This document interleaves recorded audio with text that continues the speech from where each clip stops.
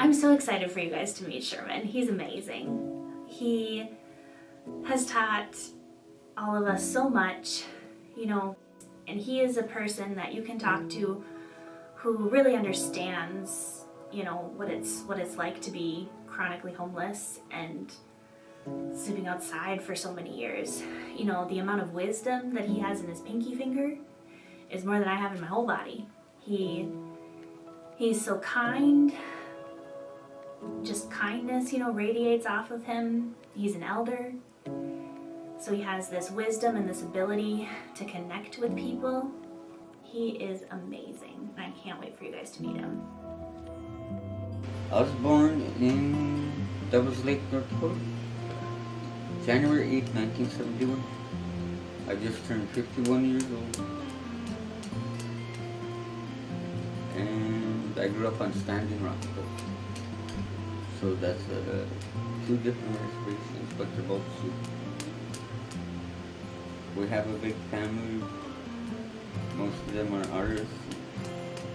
Some of the artwork I honor in my home. This is a home of pride. I make sure it's clean every day. So what we know about ending homelessness is that helping people access housing quickly and without any barriers that we've put in place for them to get into housing, it's not only the right thing to do, it's not only the thing that gives people more dignity, that saves lives, it's actually also one of the most it's the most cost-effective thing to do, because keeping people who are chronically homeless on the street longer costs our community way more than it does to actually just help people get into housing and support them in it. So to analyze if housing people actually saves our community money, our Housing Navigation Program does an in-depth cost savings analysis every year. We get records from the emergency departments locally, from detox facilities, ambulance rides, shelter stays, and jail stays. And what we do is we look at, okay, so on an average for this person for a year before they've moved into housing, and then the year after they've moved into housing, how many ER visits did they have comparatively? And how many of these other visits did they have? And what we have been able to find is that not only do they have fewer emergency room visits when they are housed, it's so drastic that we were able to show in 2021 that of the 28 people that we did the cost savings analysis for, we saved our community over $572,000. The specific population that we serve are the people who are not only chronically homeless, but they're also at the highest vulnerability level. But so basically that really boils down to they have disabling conditions. They have been homeless the longest. Frankly, they're the most likely to die on the street. And we've had people dying on the streets for years and years. And we needed to do something different. We needed to do something impactful and to really help these chronically homeless people. Historically, we tried to treat homelessness by saying, okay, here's the person who's homeless. There is something we gotta fix with this person. There's something wrong with them. So how do we fix this person, get them good and fixed, and then move them into housing? What that does in our system is it keeps people homeless as long as possible. It costs our system way more money, and frankly, it's just dehumanizing to tell somebody that they're not good enough to be housed. So we flip that on its head with an approach called Housing First. And we say, no, it doesn't matter what's happening in your life. It doesn't matter if you have criminal issues. It doesn't matter if you are addicted to substances. It doesn't matter if you don't know your name on any given day because of where your mental health is at. All that matters is that you are a human being and you deserve to have a permanent address just like everybody else. People who are experiencing homelessness, they're amazing. They're artists. They're brilliant business people. They're loving, kind parents. They're as amazing as anybody else on the street has the potential to be. And oftentimes when someone's experiencing homelessness, we just dismiss them completely. And it's also how we've served them for many, many, many years, is we weren't asking people on the street what they needed. We were telling them what they needed. I think it's like there's 51 million people in the United States who have mental health issues. In any given year, 3.5 million people will experience homelessness. So homelessness is not only about, having a mental health issue or living in poverty. It's really, I think, about when you don't have this support system to help you bounce back.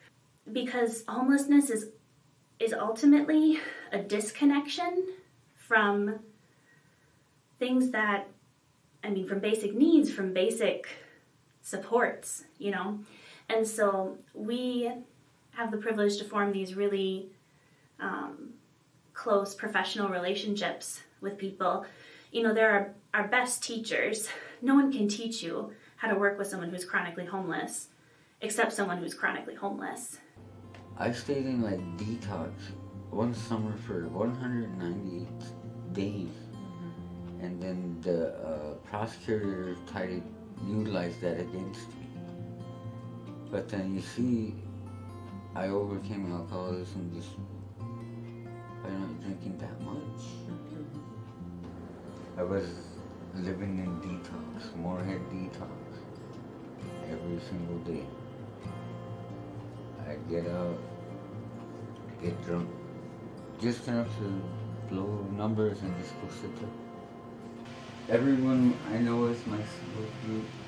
For myself, I never gave up, I've always worked, always. During the winter, we were all just so used to just, I'll just go get in trouble, I'll be in jail. They'll send me to center, I'll go to work, It happens. I think the general attitude of society, as it comes to homelessness, is that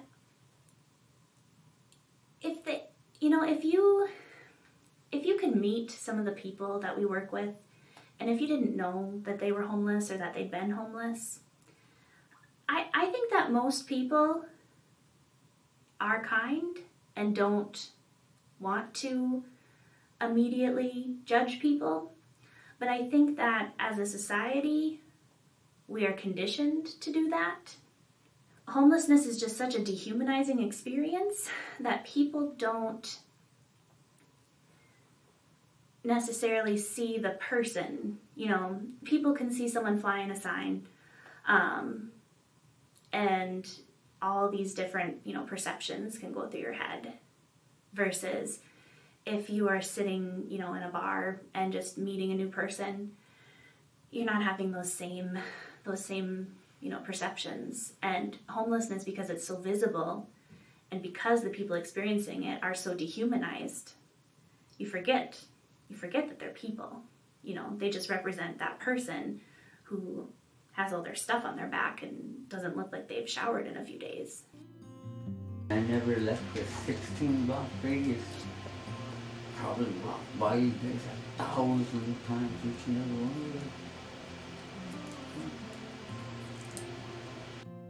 of you. Yeah, I used to even go outside. You guys probably see me out on the interstate. I always had on my fighting suit shirt with pride on it. I wore it for 6 years straight. Clean, presentable for being homeless. Yeah. The biggest challenge that our program faces is that racism is still here, and people are homeless because we have these racist institutions. I can do a kick-butt job at case management. I can help somebody get connected to all their benefits, make a plan, help them achieve goals, help them, learn how to set goals and achieve them. But when we have systems set up in place that disadvantage people of color, and especially Indigenous people in our community, that's systems work. That's systems change. When I have a landlord who says to us, I'm not housing any more of those native people from the shelter. I'm not doing that. You know, we work with a lot of amazing landlords, you know, but when you have landlords that aren't with the program, you know, and saying that, and they could be saying that in front of somebody, you know, and they're saying that just because of the color of that person's skin and my perceptions about them, no, I'm not going to give them the opportunity to live in this nicer apartment building. Being Native American, also, there's several articles in the paper about the police, you know, Native profile, you know. For example, my uncle was Spider, and then Uncle Wendell, they had $1 million lawsuit against the Fargo City for the Native American. There were 2 elders that got wrapped up at detox. And after they died, there's nothing going on about it. They both got hit by trains, somehow. COVID-19's had a majorly disproportionate impact on people who are homeless, and especially, again, you see, people of color.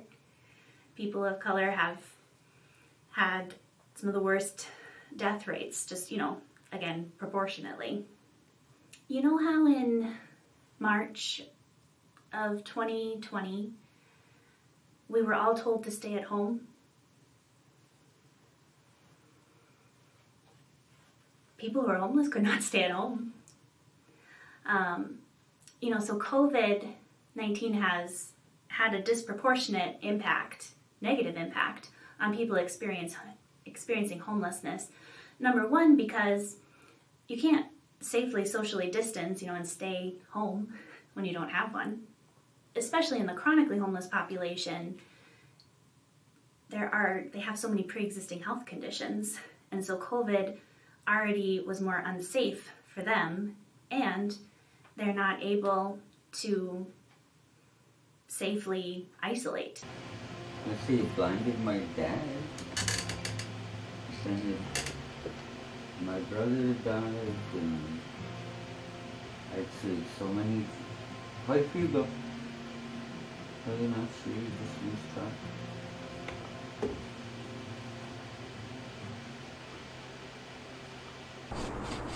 Well, my grandpa, after he fought in the World War II, he came back home. He only had one eye, so he needed a stick. He told me to just go find him a stick, and somehow magically Dimey Willow appears. And he shows me how to do it the old way, how to do it the right way. Yeah. Some people say that sobriety changed me, but I don't think so. I'm still the same person. You're not alone. Just speak to any of the presentation partners, the housing, even if you're staying at the shelter. Yeah. Just keep filling out applications. Yeah. They can do it. If I did it, anyone can. I just show productiveness and the ability to show that I can do it as long as I live. And I expect to live. And presentation partners will fight for me.